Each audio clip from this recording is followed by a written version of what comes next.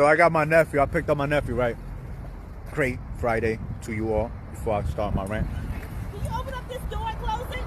No. My car door. Can you Oh, open it up and close it? got you. Thank you. Have a great day. So I picked up my nephew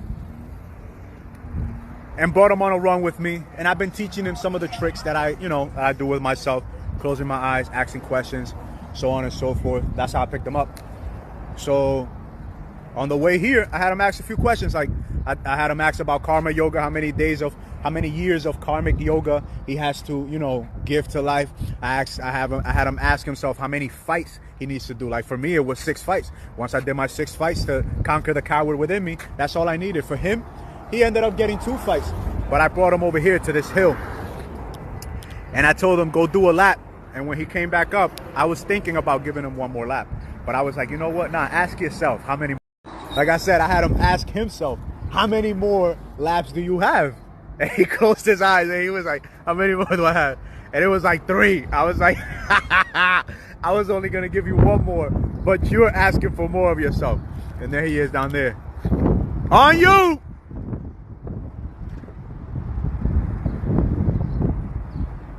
Let's go! No weakness! Practice it yourself, family. Ask, should I do this? Should I not? Is this the right choice? Should I end this relationship? Should I start this relationship? Should I end this business? Should I start this business? Am I being and doing the absolute most and the best me that I can be? You know what I'm saying? Even if I do have days and weeks where I fail, am I still being a trying individual every day? And let that answer be yours. Let the answer you receive from above be the relieving answer that you seek for yourself from within, for your life. You get what I'm saying? A lot of people, they're working hard every day, but they never ask, am I doing enough? Have I done enough? Is this good enough? They don't know. They're expecting other people to tell them, but they can never do that for themselves. So learn to do it for yourself. Learn to pat yourself on the back. Learn to give yourself that validation, that approval, that applause that you're expecting from other people. Learn to do that for yourself. Learn to let go of things that are out of your control, because you can't really control a lot of things, right? You can control what kind of thoughts you want to think in the moment, but a lot of the times this is going to come in and you're not, you can be like, why am I thinking this at this moment? And you can tell them to go, but only things you can control is your mind, your will, and your emotions, family. So focus. What are the karmatic duties that you owe to life for everything that life so freely, abundantly, and wholesomely gives you each day? What are the karmatic duties? What are the things out of your heart that you do? What are the selfless works? What are the selfless works that you are meant to do in this life, that if you do not do, you simply pass on to whatever seeds you create, or that you just continue to accumulate until you finally truly choose to do it from the core of your being for life, because you are just that grateful. You're just so overfilled with grace that you just want to do things for the simple act of the good that they continue to produce in the world. What are the karmatic duties? Close your eyes and ask yourself, what are the selfless works that I am supposed to do? How many years of service am I supposed to do? How many times per week and how many hours per day am I supposed to do these works? And for how long? There's a lot of people, that their church makes them do it. And sometimes they do more than is even needed because they're letting somebody else guide them.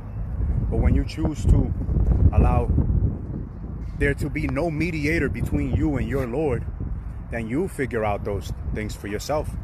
A lot of the times you don't need a mediator. It's good to have a teacher, a priest, a medicine man that will assist in your healing, that will assist in your learning. But if you don't have them, then how are you going to do these things? There is no need for a mediator between you and Source. But we live in a society, in a culture that practices traditions that make it seem as though you need a mediator in order to walk a certain path, and you need no mediator between you and the Most High God. You get what I'm saying? Because you are a child of that source. So behave as such.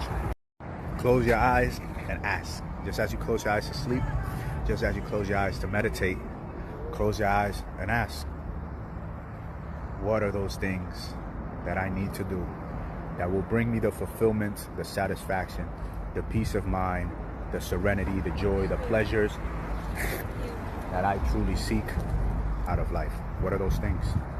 Write the vision down, make it plain, so that him that read it may run with it.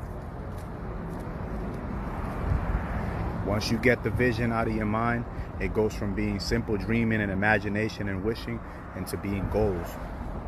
So take the vision out of your mind. It becomes a goal. Break it down. You just turned it into a plan. Do those things for yourself. You need no mediator between you and your Lord, because your Lord is you, living as you have chosen to be born as today. In love.